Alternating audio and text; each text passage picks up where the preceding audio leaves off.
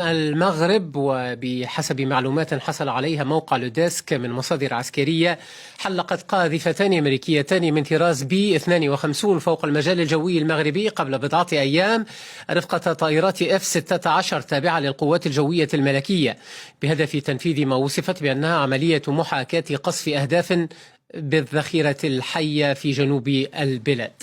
معي في هذا السياق مشاهدينا الكرام من الرباط مراسلنا جلال المخفي. جلال، أهلا بك ومرحبا. ماذا عن محاكاة قذيفة بي 52 الأمريكية العملاقة قصف أهداف جنوبي المغرب؟ مساء الخير حكيم.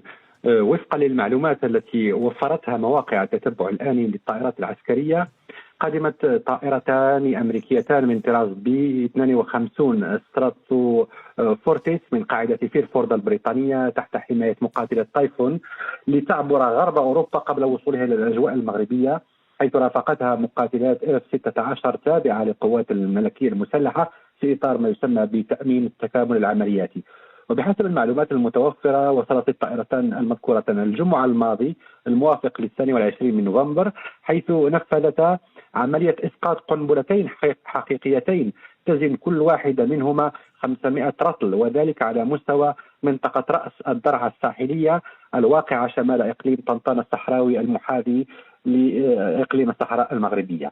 الهدف من العملية حكيم كان إجراء محاكاة لدعم استراتيجي ورادع من خلال إسقاط قنابل جنوب المغرب، وتعد الأولى من نوعها، حيث وسعت القوات الأمريكية نطاق أسطولها من القاذفات ليشمل شمال إفريقيا، أوروبا الشمالية، وأيضا الشرق الأوسط. وللمعلوم حكيم، في إطار التعاون بين الرباط وواشنطن، خطط الجانبان منذ 2022 وبشكل هادئ لإعادة إدماج القاذفات الاستراتيجية الأمريكية الضخمة في الأجواء المغربية، نظرا لقدرة القوات المسلحة المغربية على تنفيذ عملية إسقاط، خاصة في إطار مهام حفظ السلام الأممية، وأيضا مكافحة تنظيم الدولة في سوريا والعراق، وأيضا في منطقة الساحل.